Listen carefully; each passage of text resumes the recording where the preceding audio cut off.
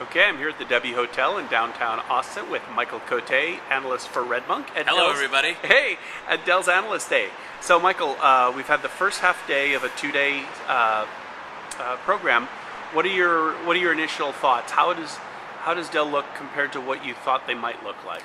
Well, I think, I like to think of my own thoughts based on what people are asking me about. And when it comes to Dell, what a lot of people ask me about is they want to know and get a sense of how Dell is evolving as a company, and like how I don't know, I have a little 14-month-old, so I'm always thinking in terms of big boy pants and things like that. And they want to know how Dell is maturing and becoming a bigger company. And there's been a lot of things like, buying Pro systems and a lot of storage, really expanding into the enterprise space. And nowadays what I see that meaning is that at an event like this, and this doesn't happen in all your channels of marketing, but at events like this, that means that you talk a lot about solutions and industry things and wider problems that you're solving. So you're not just spending time talking about, we've got this super fast server, or we've got this super great storage array.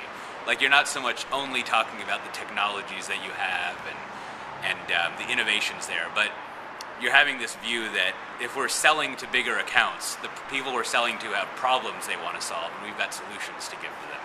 And, as an analyst who used to be a programmer, I at times find that kind of annoying, because I want to see the technologies and I want to know about the technology stuff, but putting my big boy analyst hat on, I guess, I am pretty sympathetic to talking about that, because it does help me understand, well, if I'm a business, why am I going to bother with Dell instead of going with someone else who's going to tell me they're going to solve all my problems? Like, I probably know Dell has plenty of servers and they've got plenty of hardware, and whatever kind of crazy gigahertz I want, I can probably get from them.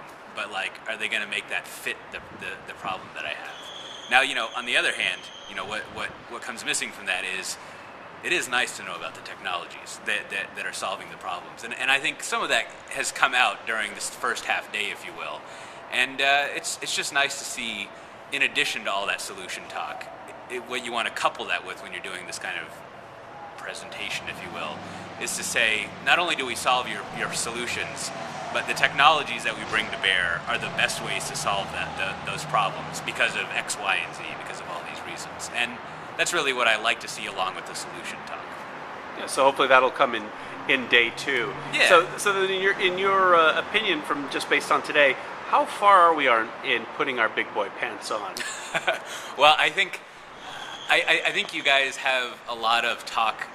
I was sitting there thinking when someone was going over, there's a lot of healthcare examples, and that's because, as I understand, I'm not a big services guy as far as my coverage, but if I understand correctly, Perot is really good, and now Dell was top 3, whatever, by however you measure it, in doing healthcare monitoring, or not monitoring, doing healthcare stuff. IT for healthcare, whether it's outsourcing or providing solutions there or whatever.